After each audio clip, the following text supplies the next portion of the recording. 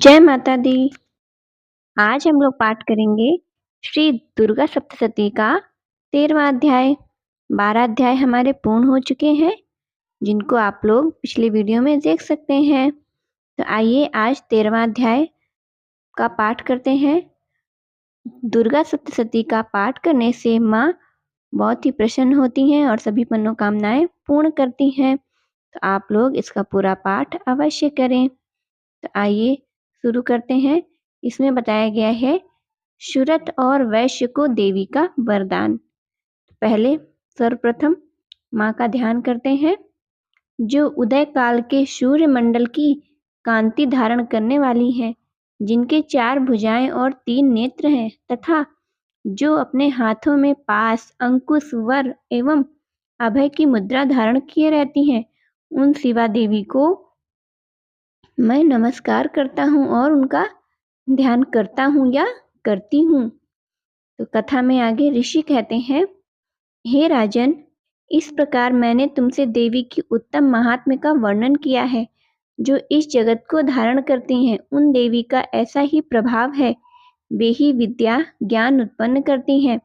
भगवान विष्णु की माया स्वरूपा उन भगवती के द्वारा ही तुम ये वैश्य तथा अन्याय विवेकी जन मोहित होते हैं, मोहित हुए हैं तथा आगे भी मोहित होते रहेंगे। महाराज, तुम उन्हीं परमेश्वरी की शरण में जाओ। आराधना करने पर वे ही मनुष्यों को भोग, स्वर्ग एवं मोक्ष प्रदान करती हैं। मार्कंडेय जी कहते हैं कि कौटुक जी, मेघा मुनि ये वचन सुनकर राजा शूरथ ने उत्तम व्रत का पालन करने वाले उन महाभाग महर्षि को प्रणाम किया।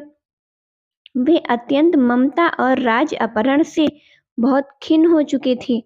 महामुने इसलिए विरक्त होकर वे राजा तथा वैश्य काल तपस्या करने को चले गए। वे जगदम्बा के दर्शन के लिए नदी के तट पर रहकर तपस्या करने लगे। वे वैश्य उत्तम देवी सुक्ता जी का जप करते हुए तपस्या में प्रवृत्त हुए। वे दोनों नदी के तट पर देवी की मिट्टी की मूर्ति बनाकर उसमें पुष्प, धूप और हवन आदि के द्वारा उनकी आराधना करने लगे। उन्होंने पहले तो आहार को धीरे धीरे कम किया, फिर बिल्कुल निराहार रहकर देवी में ही मन लगाए एकाग्र पूर्वक उनका चिंतन आरंभ कर दिया। वे दोनों अपने शरीर के रक्त से प्रोक्षित बलि देते हुए लगातार 3 वर्ष तक संयम पूर्वक आराधना करते रहे।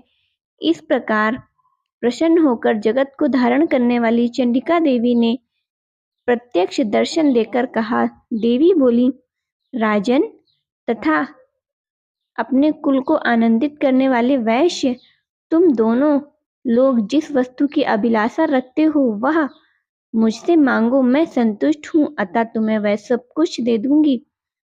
मार्कंडेय जी कहते हैं, तब राजा ने दूसरे जन्म के नष्ट न होने वाला राज्य मांगा तथा इन जन्म में भी शत्रुओं की सेना को बलपूर्वक नष्ट करके पुनः अपना राज्य प्राप्त कर लेने का वरदान मांगा।